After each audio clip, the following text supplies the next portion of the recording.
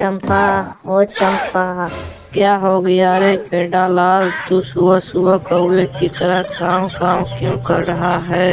देखो चंपा, मैं तुझसे कुछ कहना चाहता हूँ। तो तू फटाफट बोल दे कल मुहे, हमको पास इतना टाइम नहीं है, हमको मुकेश अंबानी के मीटिंग में भी तो जाना है। मैं ना तुमसे नजरों ही नजरों में प्यार करने लगा हूँ। क्या तुम मुझसे प्यार करती हो?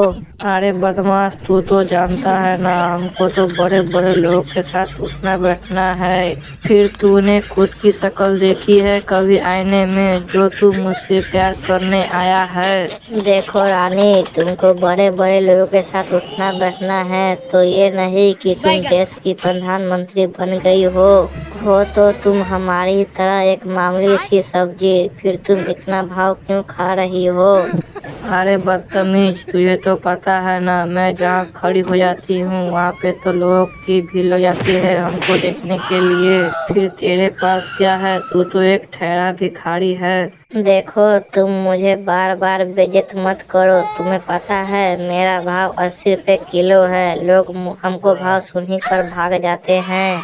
अरे बदमाश, तू भाव की धमकी किसे दे रहा है? तुम्हें पता है मेरा भाव 120 रुपए किलो है। लोग मेरा भाव सुनते ही पेंट गीली और चड्डी पीली कर लेते हैं। देखो रानी, मैं तुमको प्यार से बोल रहा हूँ, वरना मान जाओ, वरना मैं तुमको इतना मार मारूंगा कि तुम बेहोश हो जाओगी।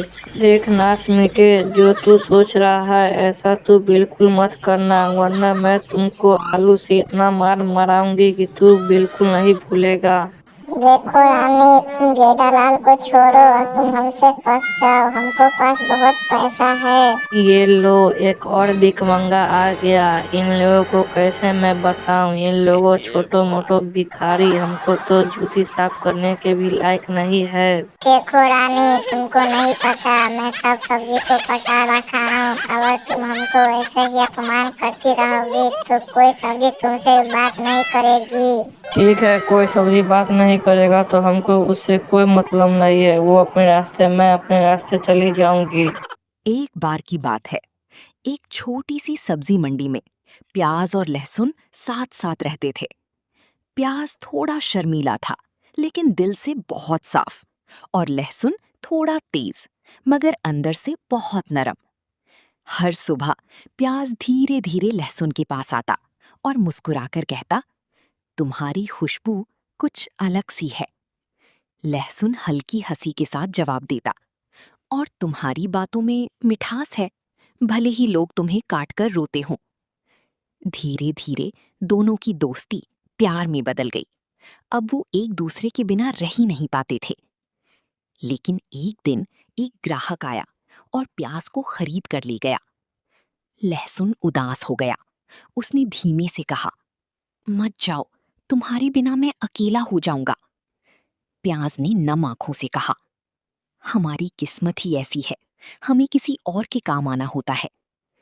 कुछ देर बाद लहसुन को भी कोई खरीद कर ले गया, और फिर किस्मत का खेल देखिए, दोनों एक ही घर की रसोई में फिर से मिल गए।